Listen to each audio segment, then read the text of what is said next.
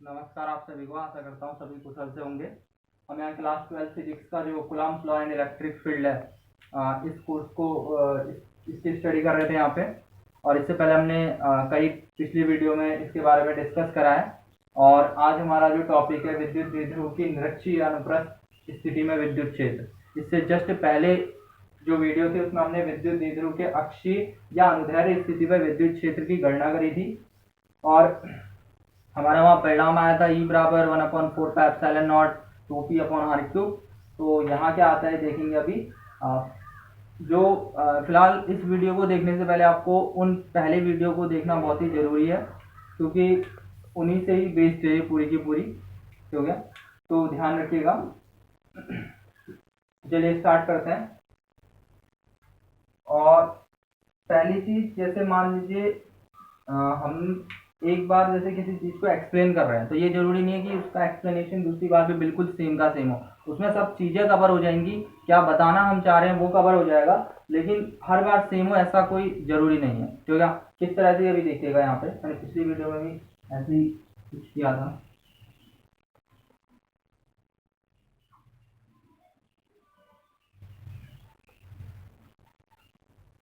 हम यहाँ पे निरक्षीय अनुप्रस्थ स्थिति में जो है इसका विद्युत क्षेत्र कैलकुलेट करने की कोशिश कर रहे हैं विद्युत द्विध्रुव के।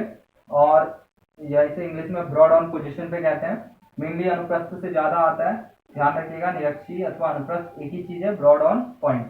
तो स्थिति में विद्युत क्षेत्र, इससे पहले आपने अनुदैर्ध्य स्थिति में ढंग से अगर उसकी स्टडी करी होगी तो ये अच्छे से आपको समझ में आ जाएगा। ठीक है, देखिएगा।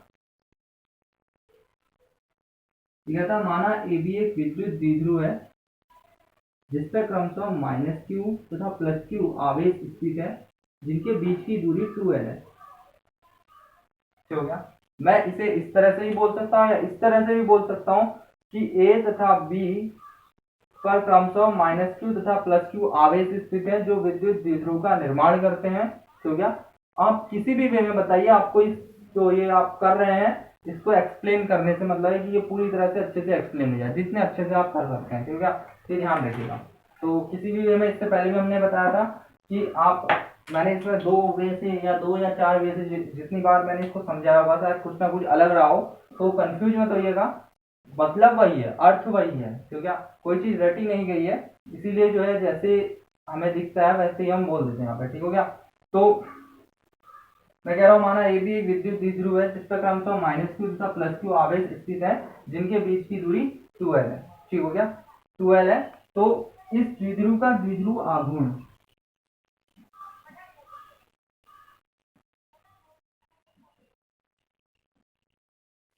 P से इसे दिखाते हैं, q × 2l क्या है, एक आवेश का परिमाण गुणा दोनों आवेशों के बीच की दूरी। इससे पहले हमने वीडियो में बहुत अच्छे से इसको डिस्कस करा है। मैं यहाँ सीधे इसका फॉर्मूला लिख दे रहा हूँ, P = 2ql। हो गया, इसको इक्वेशन नंबर 1, इसे ध्यान रखना है एंड तक। हो गया, तो इसका समझ में आ गया होगा आपके। इससे आगे कहता है कि द्विध्रुव के मध्य बिंदु O से, ये मध्य बिंदु O है, इससे r दूरी पर, जिसकी r दूरी है,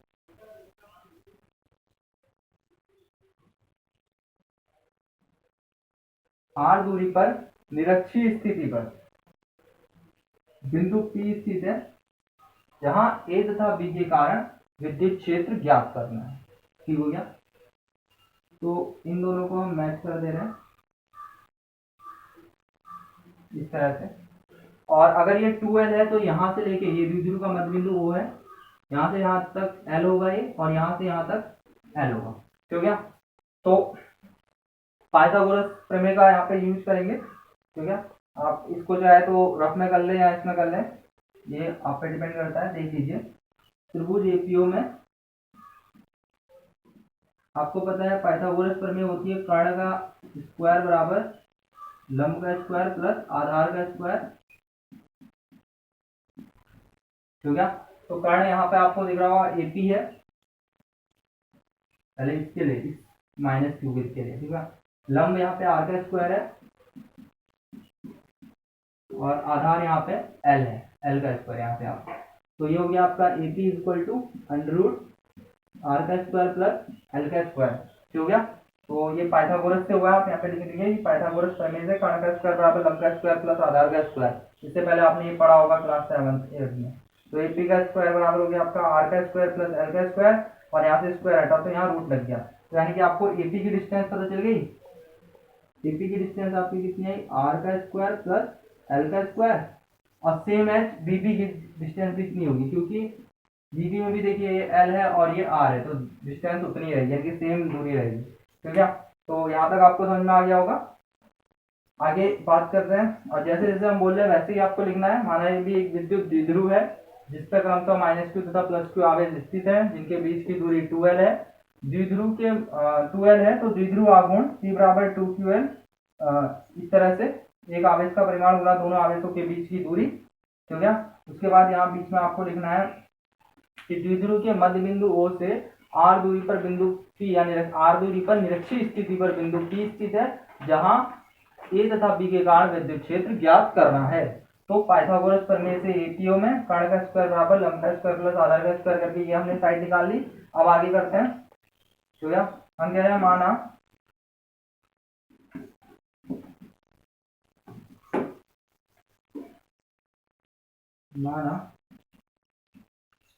+q तथा -q पर विद्युत क्षेत्र या विद्युत क्षेत्र की तीव्रता E1 तथा E2 है। तो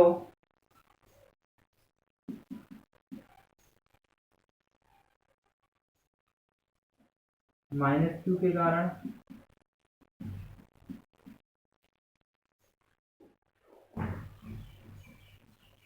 E पर विद्युत क्षेत्र,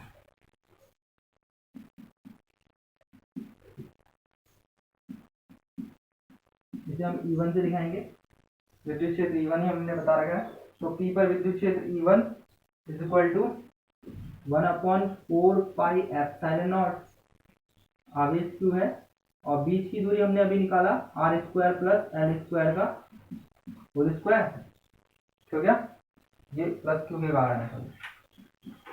हो गया, E1 बराबर 1/4 pi epsilon naught Q upon r square plus L square का होल स्क्वायर। अब यहाँ से ले, यहाँ से दोनों डिस्टेंस बराबर है, और दिशा हमने बताया धन है, +q है, तो दूर होगी B से P की ओर।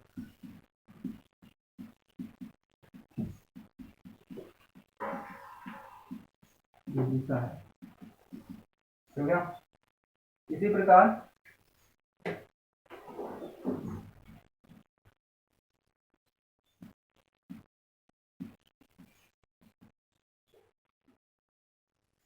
-q के कारण विद्युत क्षेत्र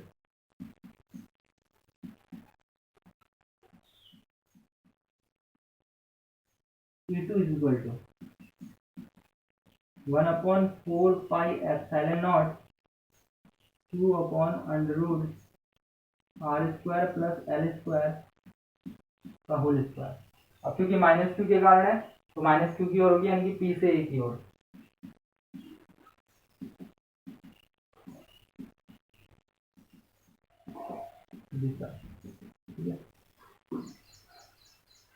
इतना आपको समझ में आ गया होगा।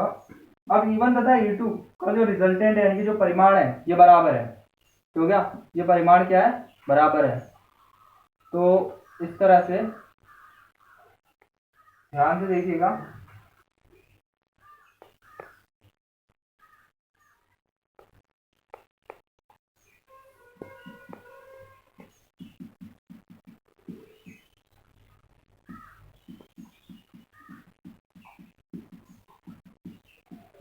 तो क्या यहाँ आपको लिखना है कि चूंकि E1 तथा E2 का परिमाण बराबर है, अतः E1 बराबर E2 mod of E1 equal to mod of E2। अब परिमाण बराबर है तो आपको ये देखना है कि ये जो सदिश, ये एक सदिश राशि है, और सदिश राशि को हम घटकों में वियोजित करते हैं। ठीक है, तो इससे आगे इसका सॉल्यूशन होगा, क्योंकि सदिशों का सॉल्यूशन जरूर होता है। तो अगर ये परिमाण बराबर आ गया तो हम अभी इसे घटकों में वियोजित करके इसके परिमाण को निकालेंगे। इससे पहले आपने सीखा होगा कि सदिशों को किस तरह से घटकों में वियोजित करते हैं। एक ऊर्ध्व घटक होता है, एक वो क्षैतिज घटक होता है, देन उसको कैलकुलेट करेंगे।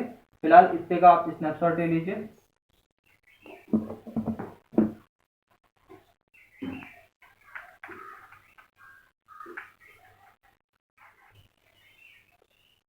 तो हमने देख लिया कि जो हमारा E1 और E2 का रिजल्टेंट है वो इक्वल आया। देन अब हम इसे घटकों में योजित कर देते हैं।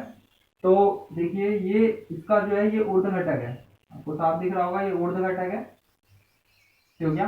तो ये जो है हमारा यहाँ पर इस तरह से आप देख लीजिए, जो धन से दूर की ओर जाता है E1 sine theta, sine theta और कॉस थीटा होते हैं ऊर्ध्व और क्षैतिज घटक, और ये इस ओर आएगा, जो ऋण की ओर आएगा, ये आएगा E2 साइन थीटा, हो गया।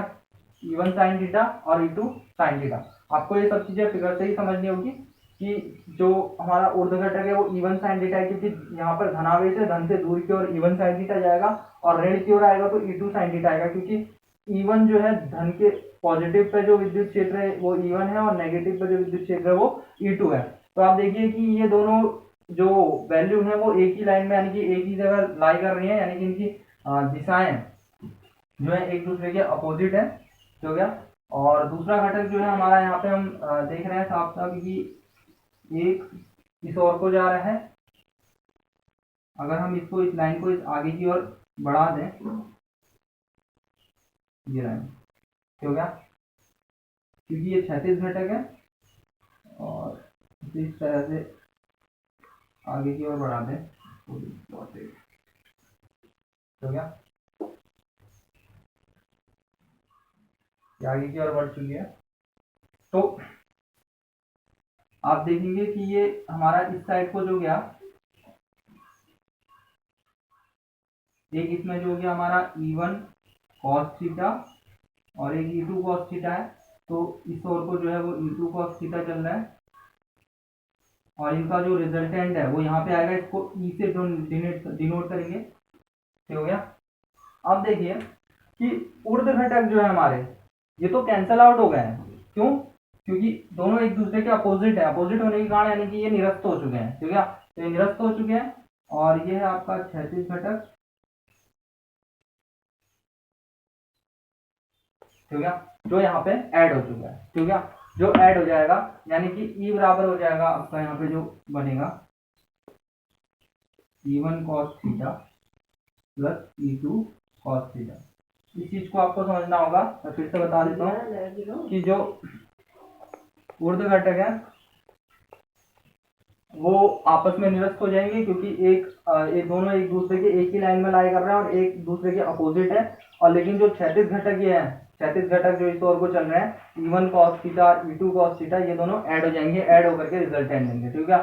तो यहाँ आपको जो लिखना है वो लाइन में बोल दे रहा हूँ कि आपको लिखना है E1 तथा E2 का परिमाण बराबर है, अथवा इन्हें घटकों में वियोजित करने पर जहां पर ऊर्ध्व घटक, जो ऊर्ध्व घटक है ये निरस्त हो जाते हैं, तथा क्षैतिज घटक आपस में जुड़ के जो परिणामी है उसको देते हैं, यानी कि रिजल्टेंट को देते हैं, ठीक है ना। मैं एक बार फिर से रिपीट कर दे रहा हूँ, ध्यान से सुनिएगा कि हमें यहाँ पे क्या लिखना है कि E1 तथा E2 का जो वैल्यू है, यानी परिमाण है, वो इक्वल है, बराबर है, अतः इन्हें घटकों में वियोजित करने पर, हो गया। दो तरह के घटक होते हैं, ऊर्ध्व और क्षैतिज। उसके आगे आप लिखेंगे जहां ऊर्ध्व घटक परस्पर निरस्त हो जाते हैं, और निरस्त होने का कारण मैंने बता दिया, इसको लिखने की जरूरत नहीं आपको, फिगर में समझ में आ रहा होगा, एक दूसरे के जस्ट अपोजिट होने के कारण ये निरस्त हो गया, ठीक है ना। तो ऊर्ध्व घटक जो है निरस्त हो जाते हैं तथा क्षैतिज घटक आपस में जुड़ जाते हैं, ठीक है। तो जो हमारी जो परिणामी तीव्रता होगी, तो जो परिणामी तीव्रता होगी वो होगी हमारी E बराबर E1 cos theta plus E2 cos theta, क्योंकि हमें पता है कि जो E1 और E2 आपस में बराबर है, हमने अभी निकाला, क्योंकि E1 बराबर E2 है, तो मैं लिख सकता हूँ E बराबर E1 cos थीटा, और इसको भी E1 cos थीटा लिख सकता हूँ, हमने भी इसको निकाल दिया है, E बराबर 2E1 cos थीटा, हो गया। तो अब हमारे पास जो E1 की वैल्यू थी, हमें यहाँ पे cos थीटा की वैल्यू निकालनी, क्योंकि E1 की वैल्यू और E2 की वैल्यू तो हमारे पास पहले निकल गई थी, हो गया। तो जो cos थीटा की वैल्यू आएगी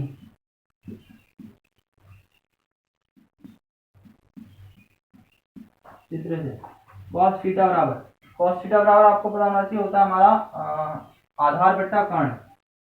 ये आपने क्लास 10th में ट्रिग्नोमेट्री पढ़ी होगी, वहां पढ़ा होगा। आधार बट्टा कर्ण, ये आधार है ये कर्ण है, तो क्या तो हमारा आधार क्या है यहाँ पर चित्र से L, और कर्ण क्या है ये √r² प्लस L², तो क्या ये L upon r² plus L²। तो यहाँ इसको इक्वेशन 1 में रख देते हैं, समीकरण 1 में E1 तथा cos थीटा का मान रखने पर।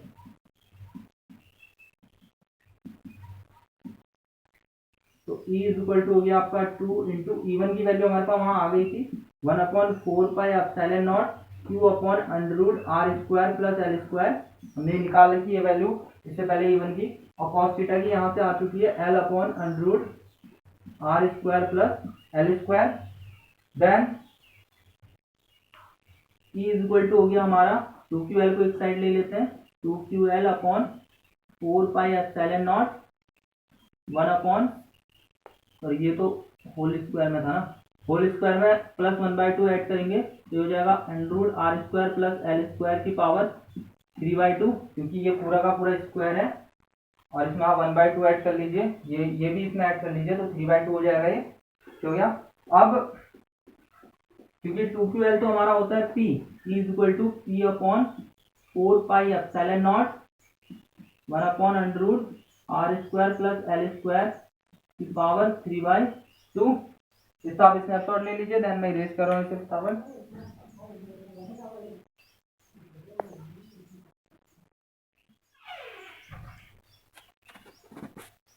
आगे देखते हैं, क्योंकि हमने इससे पहले वीडियो में भी देखा कि जो ये L है इस R के कंपेयर में बहुत ही छोटा होगा, क्योंकि ये जो आवेश है किसी एक सिस्टम के निकाय के अंदर ही तो होंगे और इनके बीच की दूरी ही बहुत छोटी है, यानी कि R ही बहुत छोटा होगा तो L तो बहुत ही ज्यादा छोटा होगा, क्योंकि R जो है वो ग्रेटर देन है L से, तो जो R² है वो मच ग्रेटर देन हो जाएगा L² से, तो क्या ये और भी बड़ा हो जाएगा, तो L² को निरस्त करने पर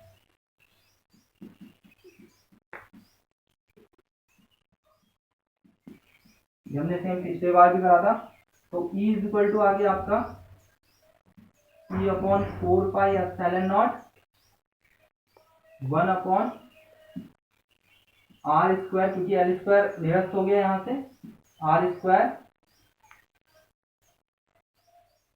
और यहाँ पे जो आपका आया था ये जो बाहर पावर है 3/2, यानी कि इसकी ये जो रूट में है 1/2 डॉट 3/2, यानी कि 3 इंटू 1/2 लिख सकते हैं जैसे सीधे सीधे, तो 2 से 2 कैंसिल हो जाएगा यहाँ पे, और ये आ जाएगा आपका E equal to 1/4πε0 P upon r³। Finally से ऐसे ही लिखेंगे, और ये हमारा इसका जो रिजल्टेंट आता है वैल्यू वो है P अपॉन r³, जैसे वहाँ 2P अपॉन r³ है वहाँ पे यहाँ पे P अपॉन r³ आया है, तो ये शो कर रहा है कि जो हमारा जो विद्युत क्षेत्र की तीव्रता है वो द्विध्रुव आघूर्ण के तो अनुक्रमानुपाती रहेगा, लेकिन बीच की दूरी के तिल्थी घात के व्युत्क्रमानुपाती रहेगा, और इसकी दिशा सदैव -q से q की ओर और +q से दूर जाएगी, ठीक है ना। तो इस तरह से आप, या -q से +q की ओर इस तरह से होगी इसकी दिशा, इसे इस तरह से आप एक्सप्लेन कर सकते हैं। तो ये पूरी की पूरी मैथमेटिकल कैलकुलेशन है जिसे आप स्वयं खुद भी कर सकते हैं, मैंने सिर्फ ये रूट को 1/2 में चेंज करा यहाँ पे, हो गया। तो आई होप आपको ये वीडियो जो है अच्छे से समझ में आ गई होगी। Thank you for watching this video.